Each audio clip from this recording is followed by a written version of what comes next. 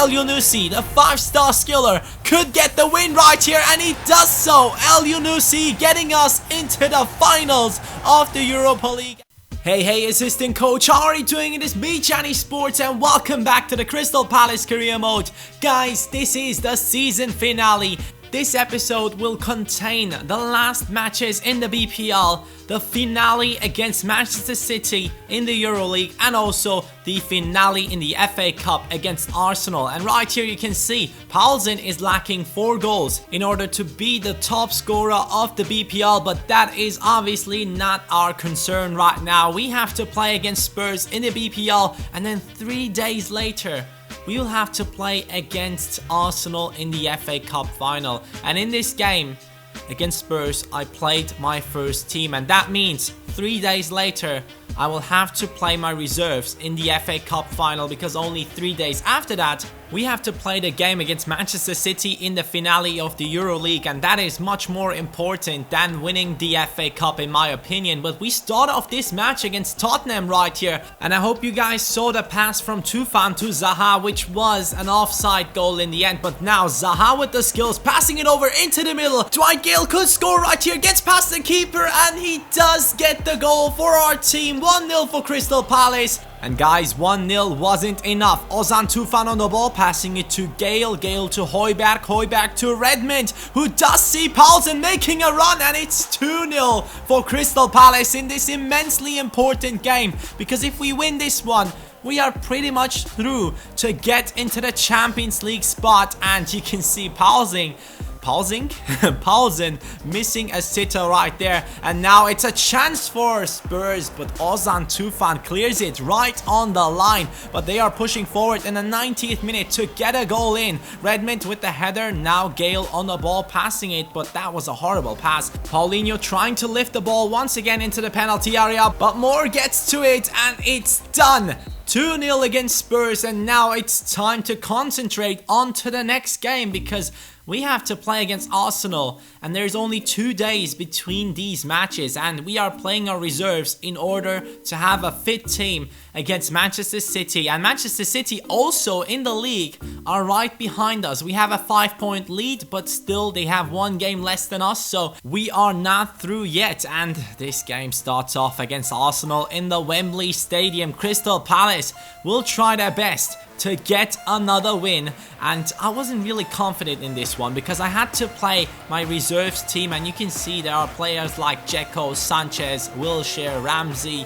I mean, their team was pretty much set, but now we are starting off with the first attack. El-Yunusi crossing it in, and Berahino gets the goal for Crystal Palace. No one expected this, and I was the guy that really was sure about us losing this match, but now I was confident. I was really feeling well, and Ledesma gets to that shot. So things were looking well for us, and then Cazorla got injured right here. Emre Can, what a terrible tackle, but Cazorla is now gone, and maybe that's a good thing for our team. It is the 81st minute as they get another chance here with Ramsey hitting the post, and they could have easily gotten back into this game. Now, the last few minutes of this game, Debuchy trying to move into the penalty area, not able to, passing it over. Alexis Sanchez now to Debuchy once again. He's on the right-hand side. They do get into a nice position to cross. Flamini tries it, doesn't make it happen. Debuchy now with the pass over into the middle. Özil has the ball, loses it, but then they get it back, and it's another shot from them. Luckily for us, Welbeck is not able to score right there. Berahino now through, passing it over, and it will be El-Yunusi. Could have finished up the game right there, but he wasn't able to do so, and there's a corner coming in, and that's it. The surprise, the big upset has happened. Berahino with the only goal of the match, and we are the FA Cup winners. And also, we have won the Capital One Cup in this season as well, so we have 2 trophies already, and maybe, just maybe, in the next episode, in the next game, we will be able to get the EuroLeague title. I was so concentrated right now. I was only thinking about how to win this game. I was looking through my team, trying to get the best team together in order to win against Manchester City. We do get 1.5 million from the tournament, and that is something that we really needed. As you guys know, we do not really have a lot of money in our team right now, and hopefully we will be able to get a lot more through this match against Manchester City. And it starts off right here. Crystal Palace, this is your chance to get your third trophy in this season. You couldn't get the Barclays Premier League, which is quite obvious, but right here, it's time to show up. Paulsen, Gale, Højbjerg, Zaha, Redmond, Adnan. You boys, I need you in this match. You guys need to score against this team. Yaya Toure, Negredo, Sinclair, Milner.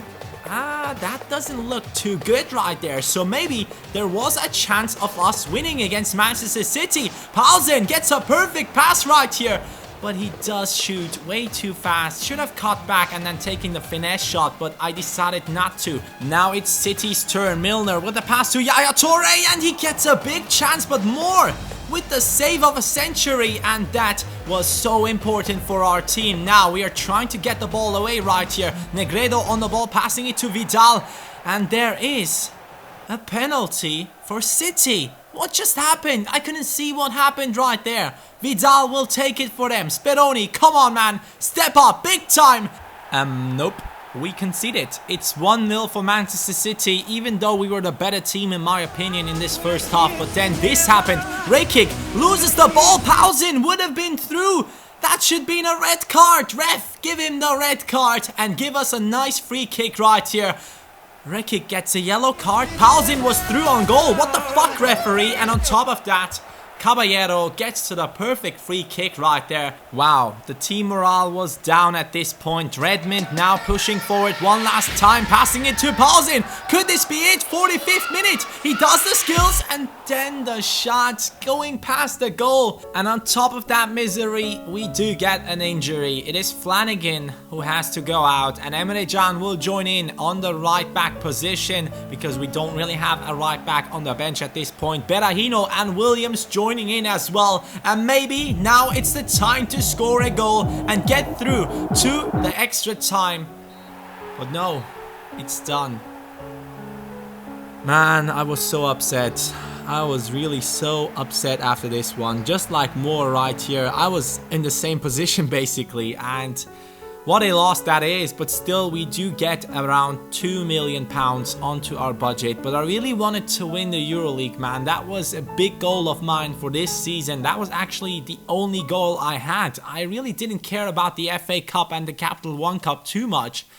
But right now, it's time to fight off Manchester City in the BPL. Maybe right here we could be losing the third spot to Manchester City and the fourth spot to Liverpool if we lose this game against Aston Villa. So this was a do or die game for Crystal Palace. Let's get it started. Our team was demotivated after the EuroLeague game, but now we are collecting our feelings and keeping them back for this match. Adnan with the cross over to Yusuf Paulsen. In your face, mate. Manchester City, the third spot is mine. I'm not giving it away to you guys.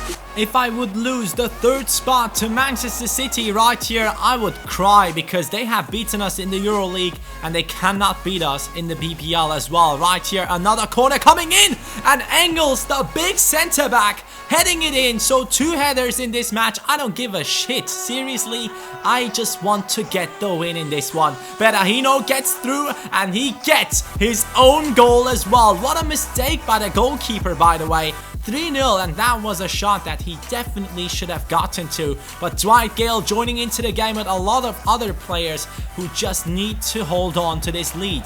And then it was Perotti getting through. Perotti will score. 3-1 it is in the 62nd minute. But guys, we still do have a 2-goal lead. And on top of that, it was another chance coming in. Right here, Berahino with the pass. A mistaken touch from Okore. Dwight Gale with the shot, and he scores the goal. 73rd minute. That's it, Manchester City. The third spot is mine. Liverpool, no chance for you as well. And this game ends right here.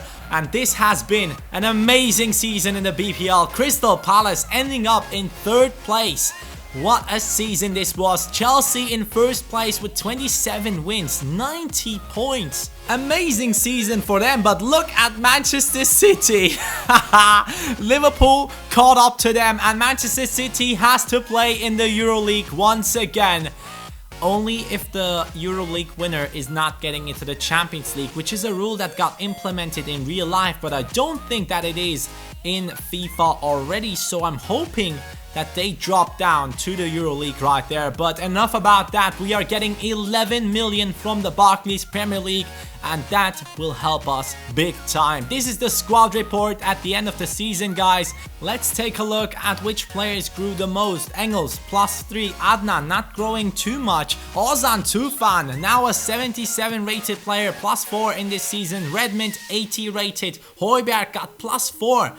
Even though he joined in January, as far as I can remember. Saido Berahino also joined in January and now already on a +3. Yusuf Palzin 72 rated, 55 games played, 34 goals for a 72 rated player. And Guma now 71 rated. Dwight Gale finally improving, scored 18 goals, got 7 assists.